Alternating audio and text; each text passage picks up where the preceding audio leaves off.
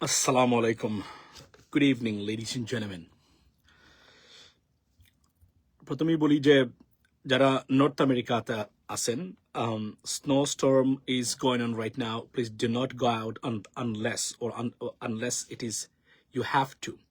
Even though emergency hospitalization ছাড়া, which is ambulance will come and pick you up, এর বাহিরে আপনার যাওয়ার দরকার আছে বলে না গেলেও কোনো কিছু হবে বলে আমি মনে করি না। এটা আমি মনে করি যদি না কোনো আপনার জীবন রক্ষাকারী কোনো খাদ্য বা কোনো কিছু আপনি না থাকে আপনার করে। সো অলমোস্ট সবাই prepared and very bad situation across the United states, এবং মোটামুটি বলতে গেলে এক ধরনের প্রায় 14 inches snow, going on right now, and the icy conditions and the participations, and also আমি যদি বলি যে আপনার কি বলে আপনার bitter cold going on. So please do not go outside. It's very dangerous. Do not drive on this condition. It's pretty dangerous as well. Here's the stuff. So অনেকেই দেখলাম প্রশ্ন তুলছেন যে বাংলাদেশ টি-20 বিশ্বকাপে গেছে না। আপনার এটা আমি আপনার এখানে বলতে চাই যে বাংলাদেশ টি-20 বিশ্বকাপে যায় নাই। এর মানে বাংলাদেশের আসলে এখানে প্রাপ্তিটা কি? টাকার হিসাবে একটা দেশের সার্বিক অবস্থানকে বিবেচনা করতেছেন কিছু নাইভ পিপুল, মূর্খ পিপুল, দেশপ্রেমীহীন কিছু পিপুল, আবাল পিপুল। আমি যদি বলি এদেরকে সরি, এগুলো বলতেই হচ্ছে এই শব্দগুলা। টাকা একটা দেশের সম্মান, সার্বভৌমত্ব, তার পরিচয়ের উপরে কোনো অবস্থাতে হতে পারে না।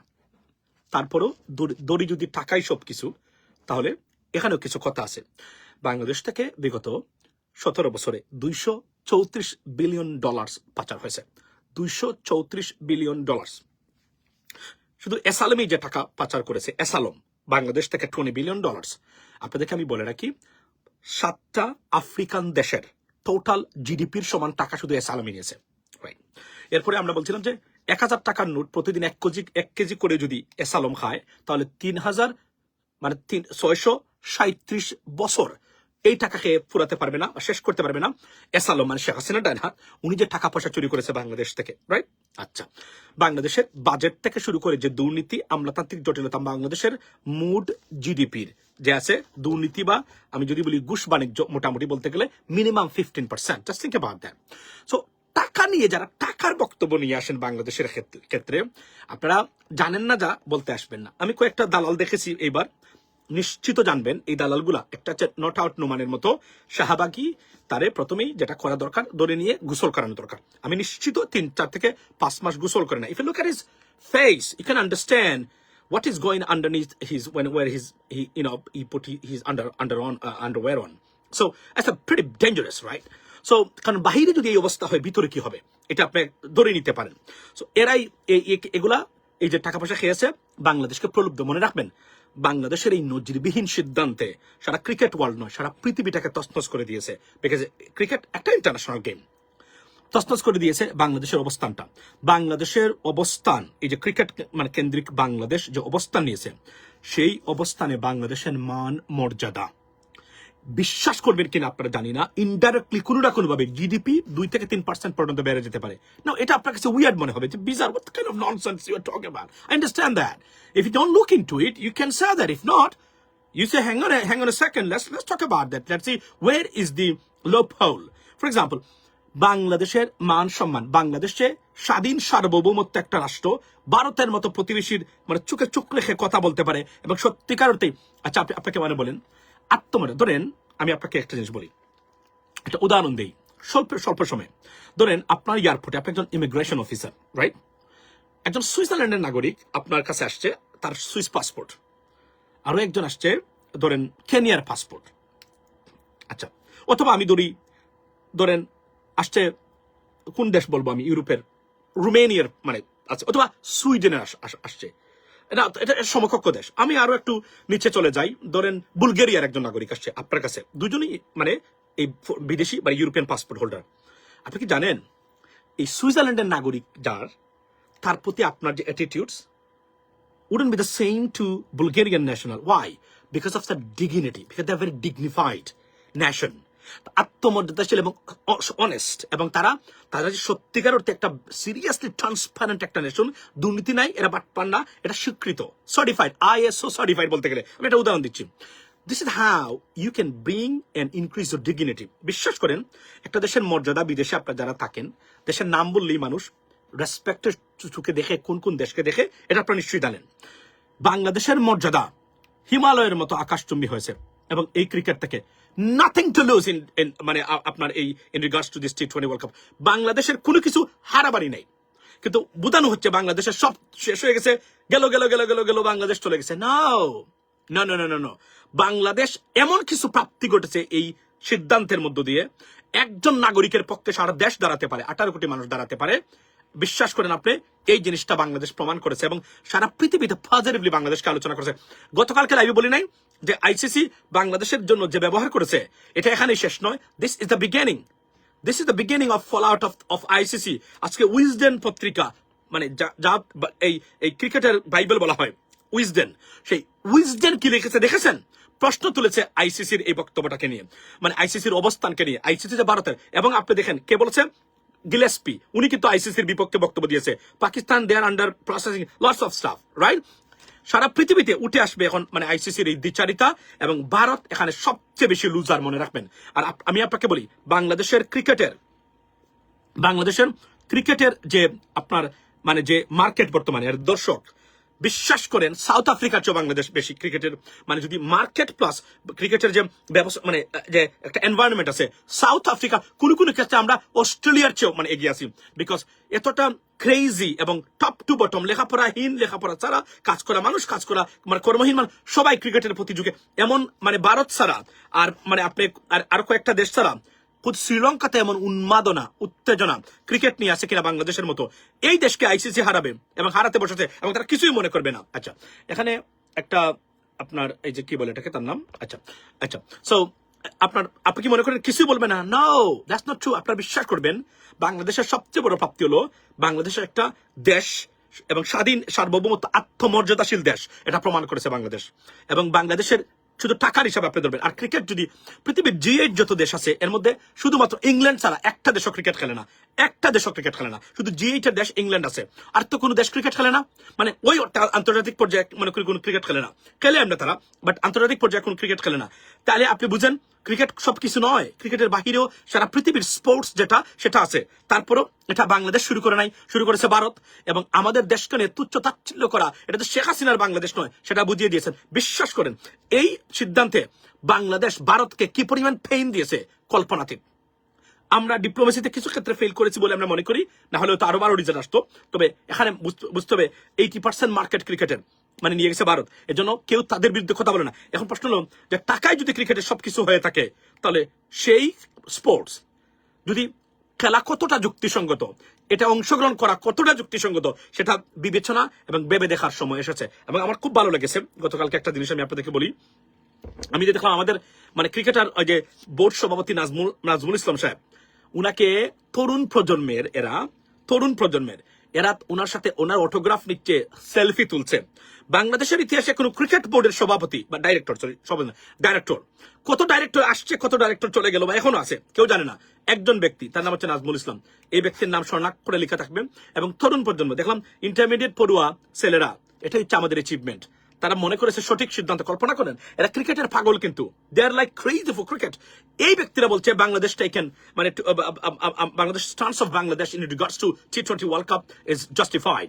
সো কল্পনা করেন আপনি পরিবর্তনটা কোন জায়গায় এসেছে এই ম্যাচ থেকে। এবং আমরা দালাল যতটা আছেন, যদি বাংলাদেশ ক্রিকেট আর বড় ধরনের শাস্তির মুখোমুখি হয়, বুক উঁচু করিয়ে দাঁড়িয়ে থাকবেন, বলবেন suck cricket, fuck cricket, suck ICC, fuck ICC. That's a word you should say that everywhere. এটা অমানবিক, অন্যায়, অত্যাচার, অবিচার, ক্রিকেটীয় আইনের বরখেলাপ। মানে এই মুহূর্তে মানে ভারত টোটাল ক্রিকেটটাকে নিয়ন্ত্রণ করেছে।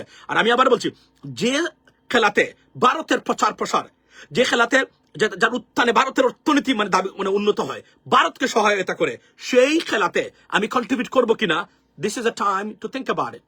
It's a high time to think about it, trust me, because they will use this power against you one day, not one day, every day. আজকে শেখ হাসিনাকে নিয়ে কি করেছে আপনারা দেখেছেন।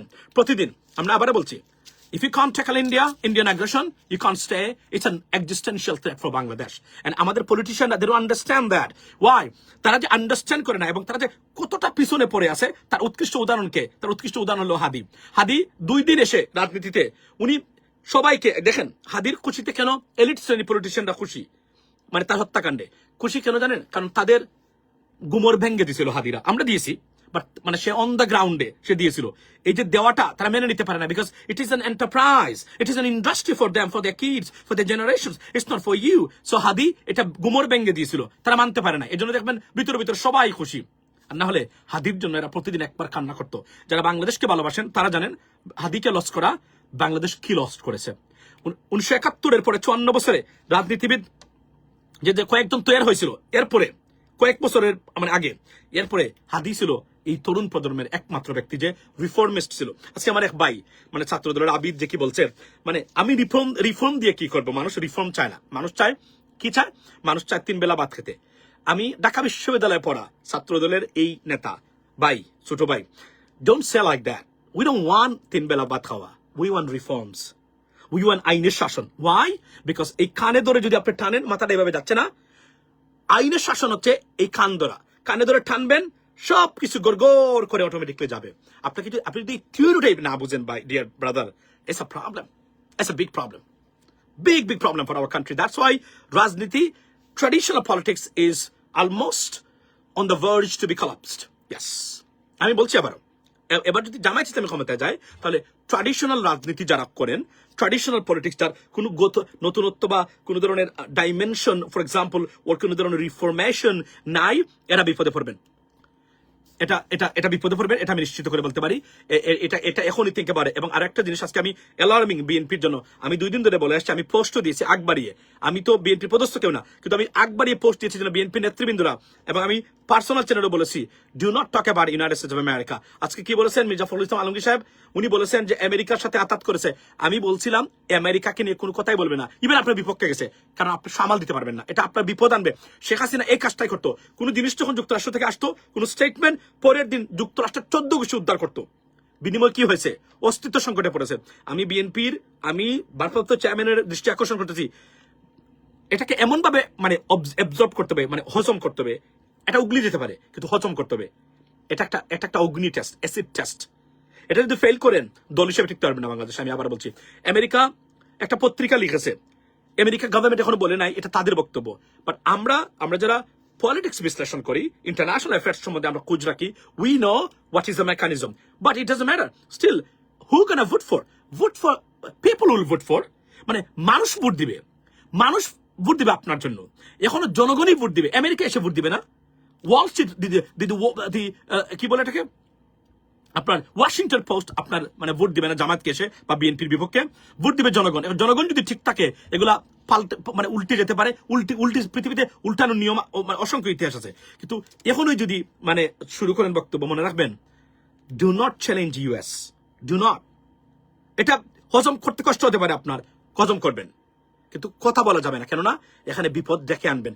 অলরেডি আপনি সাইড নিয়ে নিচ্ছেন, কিন্তু you are going away from the US or this mechanism is a danger for BNP.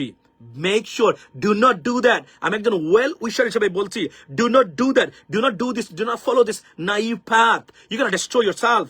আবার বলছি, তারা বলে না এটা আমরা ওয়াশিংটন পোস্ট, আমরা বলছি জামাতকে আমরা চাই, they didn't say that. এটা একটা মেকানিজম।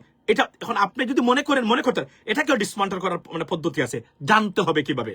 এটা আপনারা বলতে পারেন না যে ওয়াশিংটন পোস্ট আমাদেরকে হুঁশিয়ার করে দিচ্ছে কারা ক্ষমতায় আসতেছে। দেখুন, আমি একটা উদাহরণ বললাম, কারা ক্ষমতায় আসতেছে, আমাদেরকে ঐক্যবদ্ধ কাজ করতে হবে, এটা হুঁশিয়ারি দিচ্ছে ওয়াশিংটন পোস্ট। বাংলাদেশে কি হতে যাচ্ছে, there are many ways you can dismantle this theory.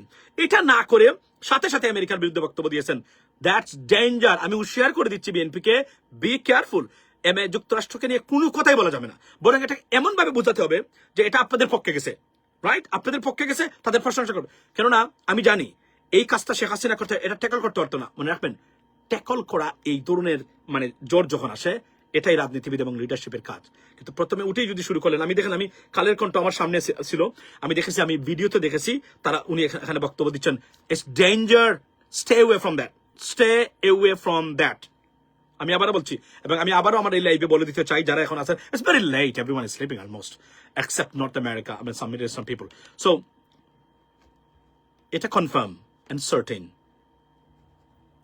বাংলাদেশে ভারত বিরোধী একটা সরকার চায় যুক্তরাষ্ট্র, 100% শিওর। এজন্য আমি হুঁশিয়ার করে দিয়েছিলাম বারবার, প্রতিবার, বি কেয়ারফুল।